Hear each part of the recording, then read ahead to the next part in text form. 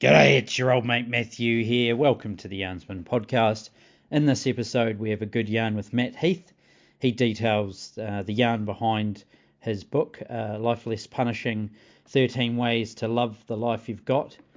I found this yarn really interesting because he talks about how he went from, a happy comedian, sort of carefree guy, to struggling with depression and trying to read his way out of it.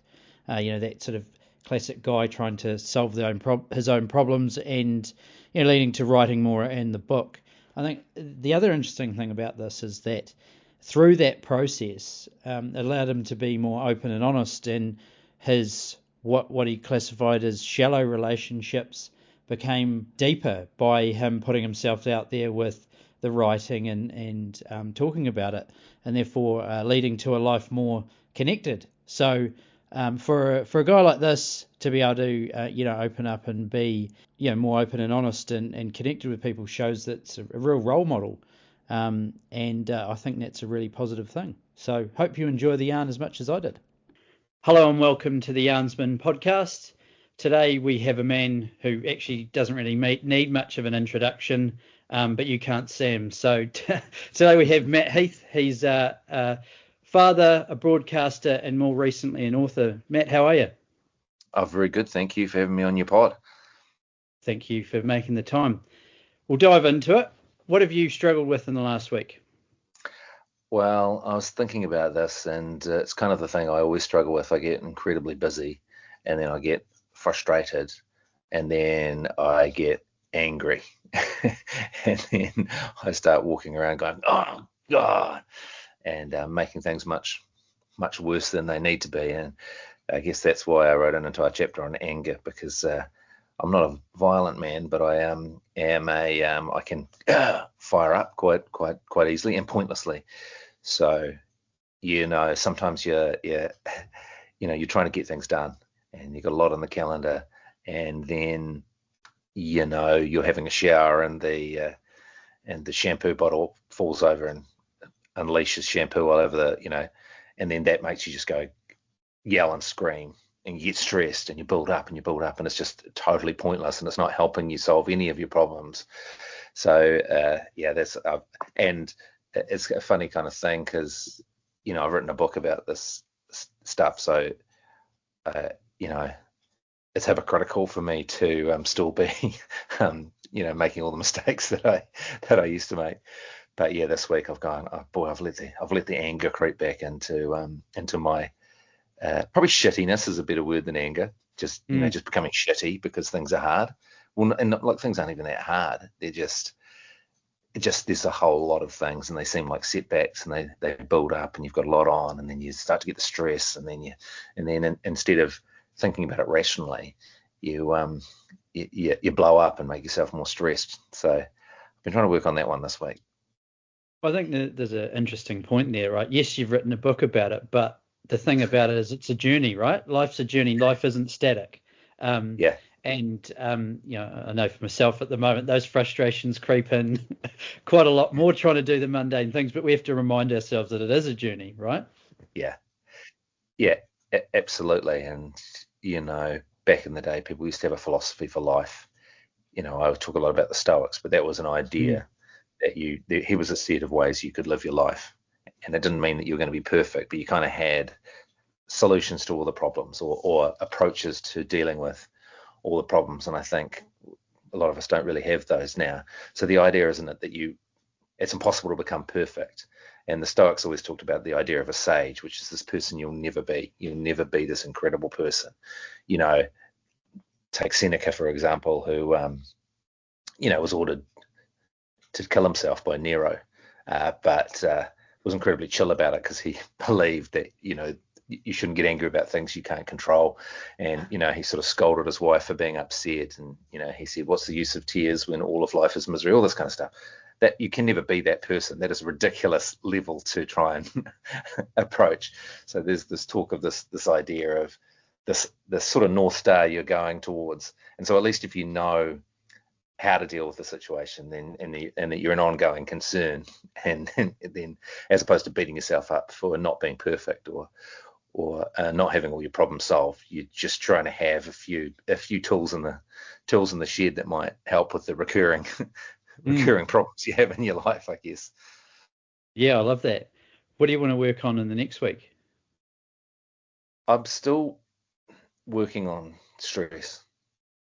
I have a lot on, and it's kind of the same. It's the same thing I'm working on this week, actually. This week it flared up, so I'm working on it next week. But just there's a great idea that I'm trying to get hold of in my head, and it's the idea of when you have a setback, something that causes you stress, you actually see it as a challenge. So it's kind of like the universe is challenging you or tricking you, or there's a coach that's putting you through something, and you can go, oh wow, that's like, say for example, you're running late for a meeting and you get a flat tire. Instead of kicking the tire and smashing your car up with the tire on, you go, oh, that's a real test, that one. How am I going to get through this one? This is a tricky one. This is and seeing them all as tests, and whether you can step up with, calmly and efficiently solve problems and competently solve problems. And at the end of the day, if you've gone through 10 kind of complicated problems, and this goes from the really serious things and the really non-serious things, the way that you stand up to challenges is something you can feel proud of. And so if you get unreasonably stressed by the things you have to do, then you're sort of failing the challenge. But if you just chew through them, you go, oh, there's a good challenge. And when that on top of that challenge, there's often another curly little problem that comes in. And if you can sort of acknowledge that as a test and sort of, wryly smile at and go, wow, that's a real, that one. Oh, that's a difficult one. I'll see, I'll put myself up against that. When you start thinking like that, and when I get into the mindset of something like that, it's everything is, everything in your general life is doable, and almost can become enjoyable. You actually start to, you start to get quite excited by the stressful things that happen, because you're like, wow, there's a challenge. I'll tackle that one. Yeah, I And was just seeing it more as an opportunity. yeah, yeah, yeah. Absolutely, because if you don't, you just feel like the universe is upon you, and because it's the other way to look at it. It'll keep coming, things will keep coming at you, and the other way to look at it is there's some malevolent force that's trying to destroy you. Yeah. If you just flip your perspective on that and say, no, there's a force that's trying to test you and make you stronger, and giving you opportunities to show what you got. That's a better way to look at the world. Yeah, very much so. Yeah, I strongly believe that at the moment. Thinking about the Yeah. stress thing, so I go a bit off piece, but do you have a good stress relief or stress relievers? Yeah, I'm a big fan of meditation, but that's kind of an advanced thing. So you can't. It's a really weird thing about meditation is exactly the people that need it. It's the hardest for them to do, Hmm. because sitting there quietly and breathing. So I feel like, I believe that if I remember to do meditation, then I'm less stressed through the rest of the day. But it's kind of an advance. I feel like it kind of cleanses my brain. But I just do basic breathing, and there's this type of breathing called the physiological sigh that I do. And you got to be careful where you do it. If someone's stressing you out, you can't do it right in their face. Yeah. But if you're about, even if you're not stressed, if you're just driving to work, and it's a really simple technique where you breathe in heavily through your nose, and then you have one more breath, and then you blow all your air out, and you do that 3 times. I seriously believe that there is very little that if you do that, you don't come out the other end feeling like you're in a better space to focus it. Mm. And and I think part of that is because, with your working memory, you got your long-term memory and your working memory, and we just end up stacking up the things. It's kind of like the RAM in a computer, and you've got all these things, and some of the things that are making it hard for you to deal with the problem is you're worrying about not being able to deal with the problem, And so if you just, it's kind of just it's just a simple reset. And I do it. I do it all the time. But when I'm in a bad way, stress wise or anger way, I almost don't want to do it because the worst demons in me have come out. I'm like, no, fuck, I Right. want to be angry. I don't want to be stressed. Like if you there's parts of you sometimes that are just like, I'm not going to solve this. I'm just going to, but if I can remember to do that, and it sounds so simple, um, and kind of the thing that your mum might tell you to do, take a few breaths. But boy, oh boy, it works. And apparently the reason why it works is when you do the big breathe in and then you do the extra sniff, that's uh, emptying out. It's filling up all the sacs in your lungs. So when you empty it out, the last sniff gets all of them. And so when you empty out a lot of carbon dioxide, and it also sort of brings on the prefrontal cortex, which might have shut down and had your more complex part, your more ancient parts of your brain firing up and trying to kill people. What are your thoughts on having a rant room nearby to either go and do the sniffing or have a good rant? Well, go and do the sniffing. Sorry, have a rant room, get the rant out, then do some breathing exercises. Would that help? Yeah, I don't know. I've never tried that, but you hear people that scream into a pillow, or I think I can't. I think, was it in the US office anyway? There's just a situation where someone really calmly says, everything to everyone, and says how great everything is, and then just goes outside and screams. And I think there could probably be something in that. Yeah. Yeah. Or a Navy, is it Navy that have a mad minute when there's a bust up at the kitchen or the galley, they flick the lights off for a minute and go a bit crazy. Yeah, I guess anything to just sort of reset the situation. And also, if things become ridiculous, it's quite good. Like sometimes when things are really stressful and hard, and then people are saying a bunch of stuff, and then everyone just starts laughing. And there can be a moment when everyone just resets and realizes that none of it was really real. Or no, and often, like, when you're getting angry or you're stressed, it's never actually at the thing that's directly in front of you, you know. And that's why I kind of like doing breathing exercises when I'm driving in, because so many people arrive at work already stressed because of, something happened in the morning, getting ready, they got a bit late, they were driving in, there was some terrible traffic, something happened, and they arrive at work with about 4 or 5 things that have pissed them off, or they arrive home from work, and the next thing isn't actually anything, but that's the one that you fire up at. So, I'm a big believer in resetting whenever I can. But I mean, like, as you say before, I wrote, like, you write a book and then you still do it. But the reason why I wrote the book was because I had so many things to deal with.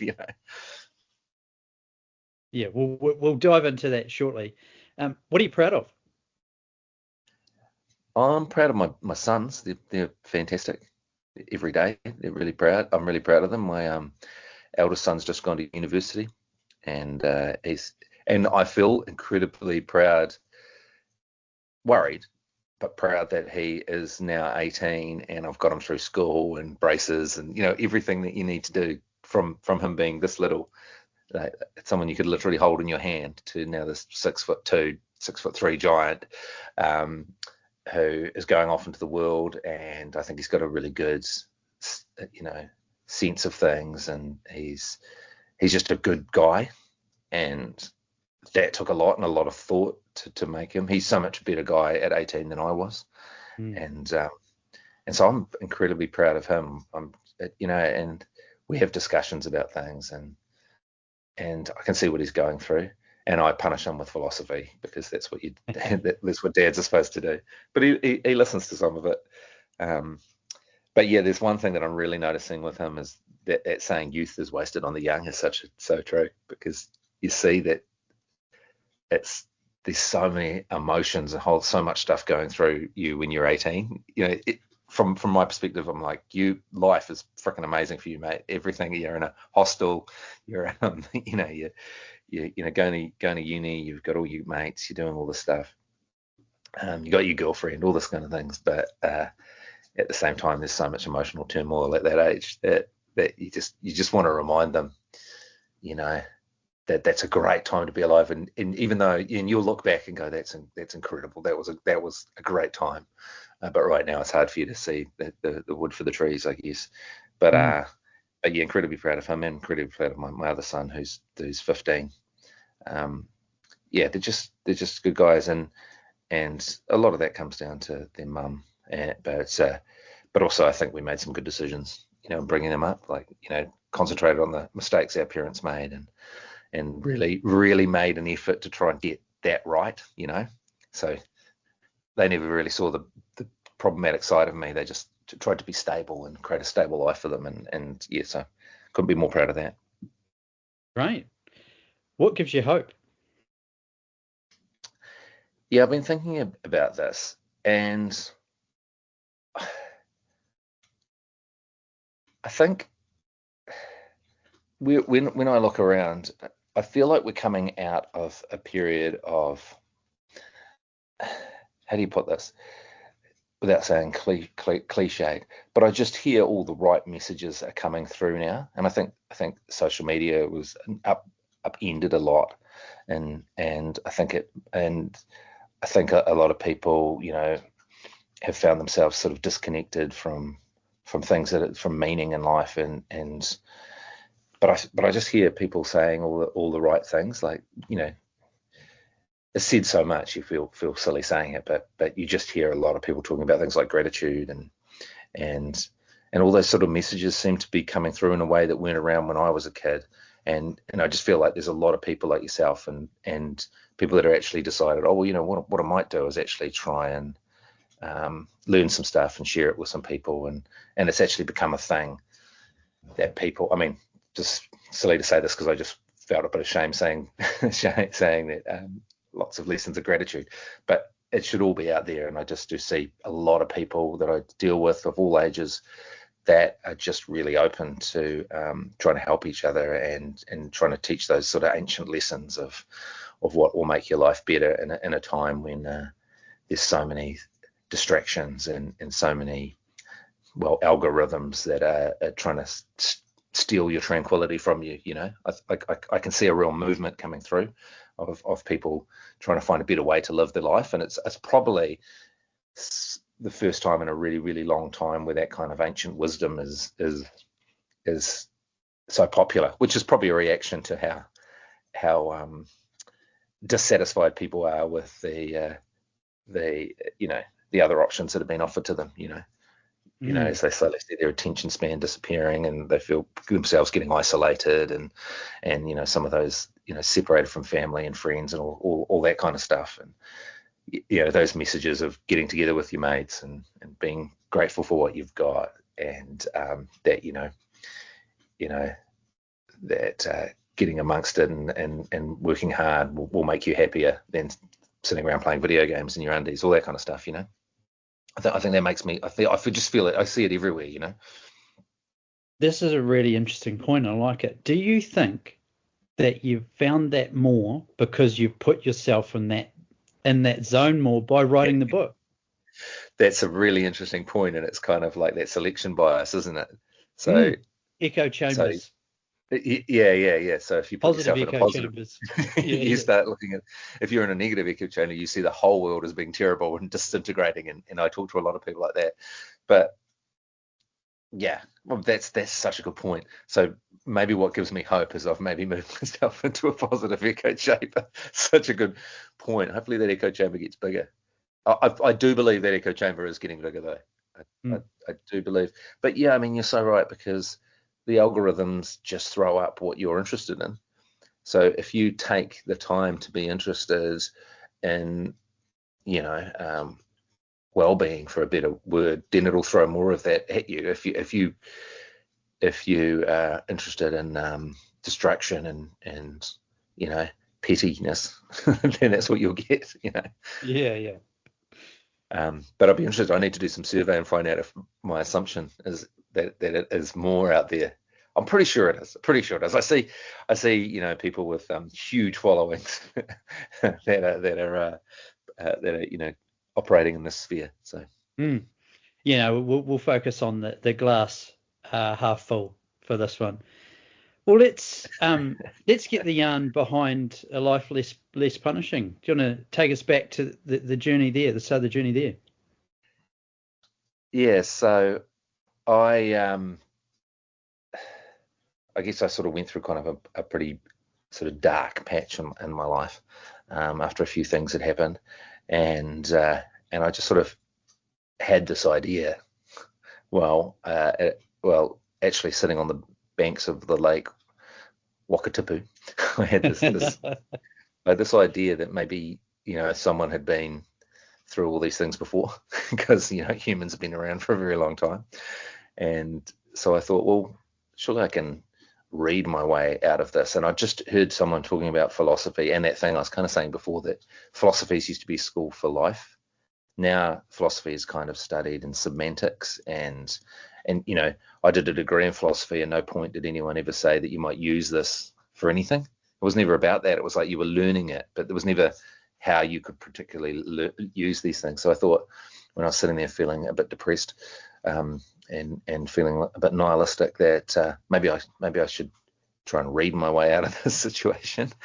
And so I did. I just started reading all these books, and I decided to start with ancient philosophy.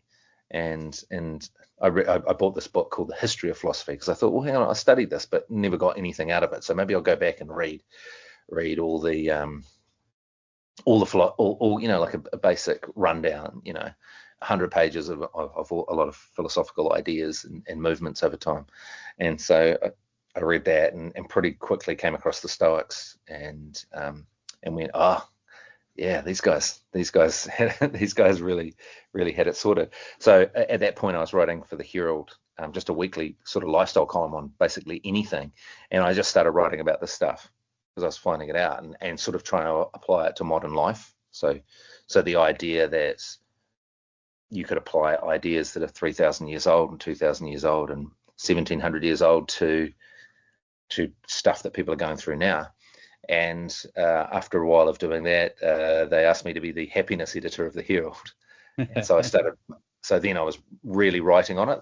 Then that was my remit to write on. And then I just started interviewing people from around the world, philosophers and neuroscientists, on Zoom chats. That, if I read a book, I'd be like, oh, I can just say I'm writing for the Herald. So and you wouldn't, these really high level professors will just talk to you on a Zoom chat at their desk. They're happy to talk to you for an hour. So I talked to dozens, and then someone, approached me and said, would you like to write a book? And I was like, what on? They said, well, whatever you want. And I thought, oh, well, this is really what I'm doing. I've already sort of started writing this book, because that was sort of the idea, was I'd read and write my way out of this thing I was in. So I'd already started writing it. So then I just wrote the book, and just hit the 13 things that were the biggest struggles I was having.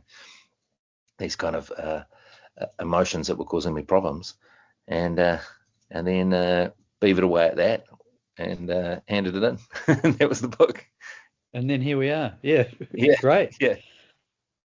There's a Māori whakatauki, and I can't remember exactly how it is, but it's I walk into the future looking at the past, or something along those lines. Yeah, and that whole thing of, we've forgotten how to act is really coming across strongly with you as well, right? Yeah. Yeah. Well, if there isn't, and what is really, really amazing is when you read, what the Greeks and and ancients in the Eastern world and Romans and such, is even though they had very different lives, they had very similar problems. Like, the problems that they had are so similar because they're real humans, right? So all around the world, people have been dealing with the state of being a human for a very, very long time. And some people come up with some really great ideas, and it doesn't really matter what time you're living in. You're still just a human, and it's still processing through a human brain. And so, I mean, that's just really shocking. And sometimes it blows my mind how, these people had no technology. Well, they had technology, but not a lot of technology, and they had not a lot of comforts like we have. Still the same problems.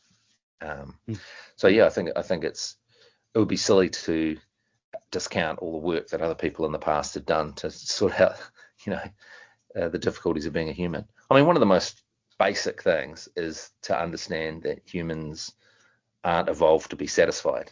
You know, we're evolved to be dissatisfied. So once you accept that across all time, that we don't sit in a state of happiness, because the person that sat on the savannah and went, everything's sweet, got eaten by a tiger, and the person that sat on the savannah and went, my hut's shit, this is dangerous, this isn't right, climbed a tree or built some protection or lit a fire, you know.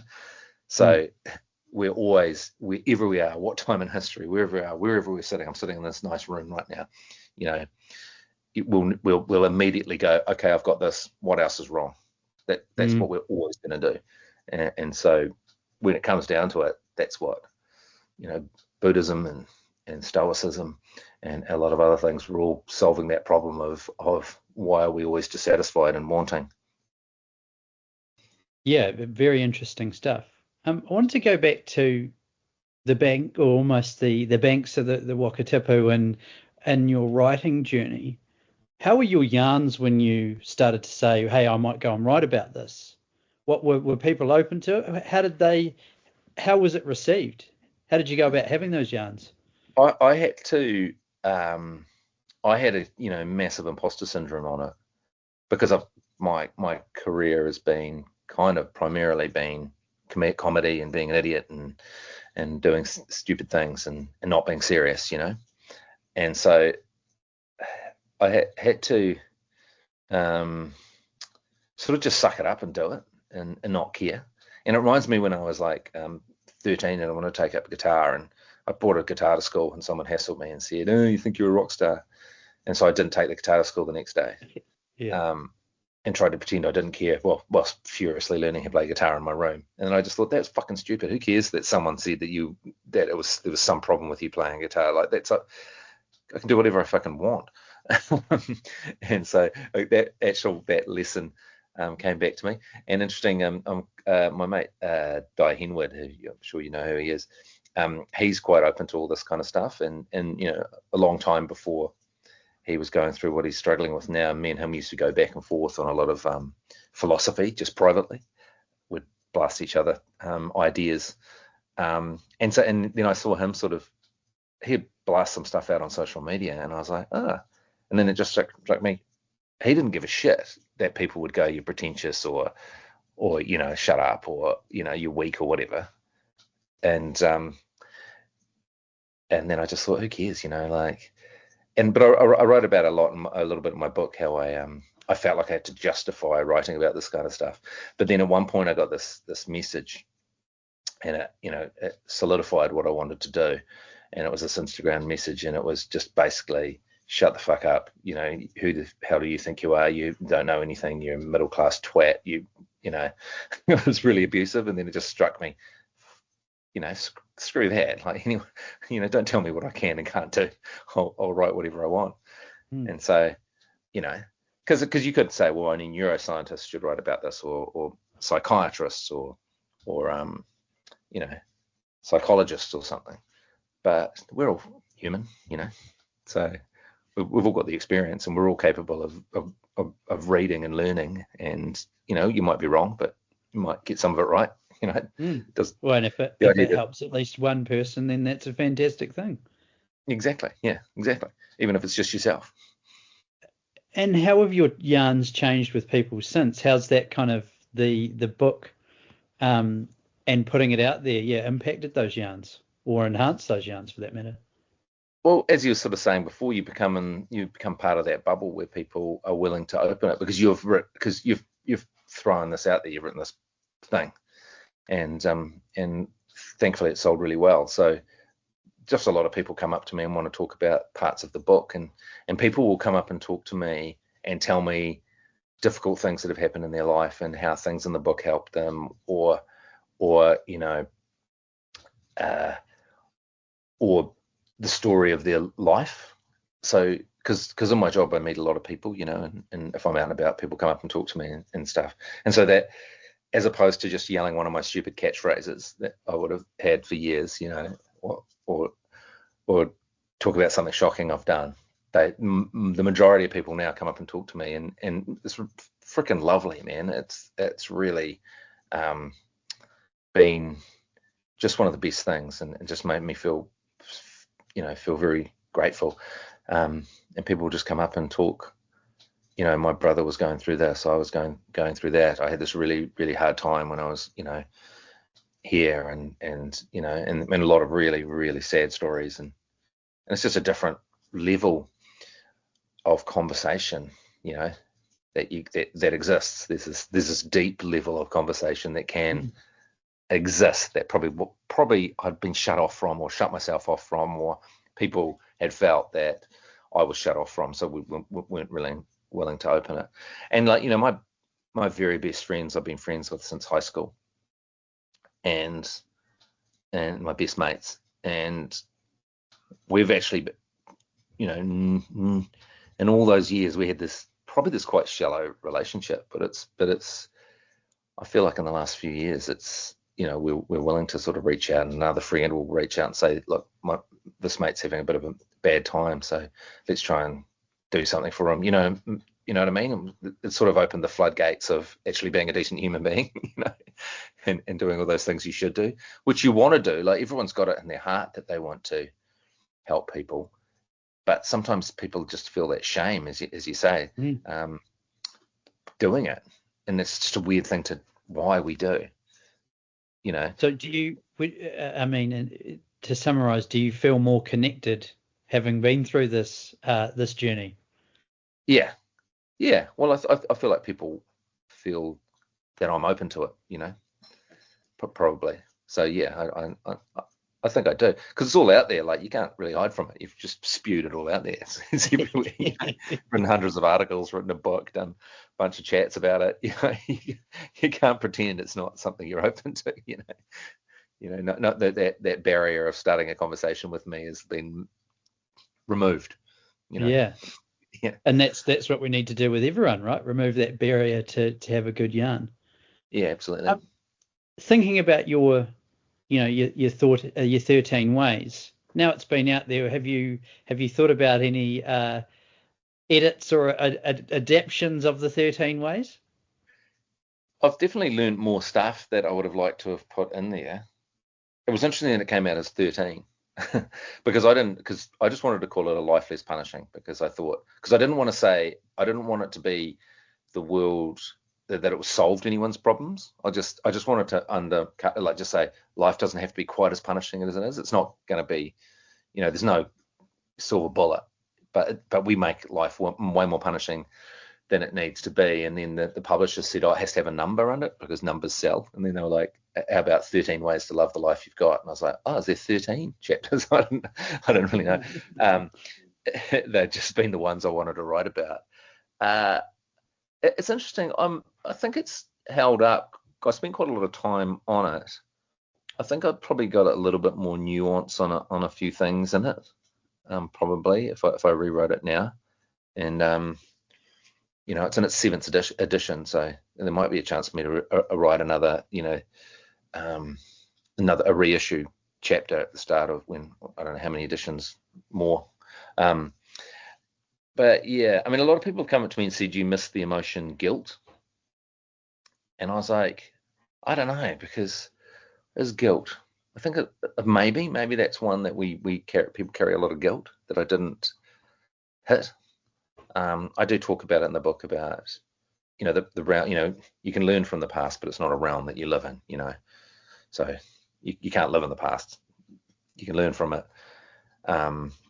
So the best thing to do is go, that was bad.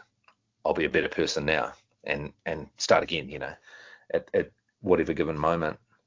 So yeah, but it is interesting the amount of people that said, the thing I struggle with most in life is guilt, how they've behaved in a relationship, or to their parents, or people rip people off, and people treat people badly. And I think a lot of people walk around with a lot of guilt. So yeah, I don't know, maybe that should have been the 14th chapter. I don't know if I experience a lot of guilt. Maybe that was the problem. Well, I suppose this is the thing too, is that's all our journeys or whatever you want to call it. It's all personal. Yeah, And if you didn't feel that, that's completely fine because that's personal to you. yeah, yeah. I think I probably described my guilt as just plain self-hatred. You know, that's where the position I was coming from. It wasn't guilty. It was just, oh, I'm a piece of shit. It was basically a slightly different way of looking at it.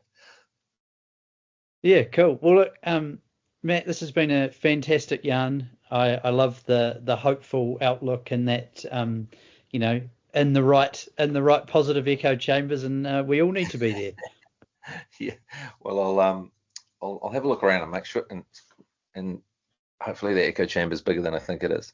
I think hopefully the bubble in the echo chamber I'm in that seems positive is bigger, as big as I think it is. Better way to think it, because I personally believe it's quite large. But Yeah, maybe I'm just lucky to have written a book and been plonked into it.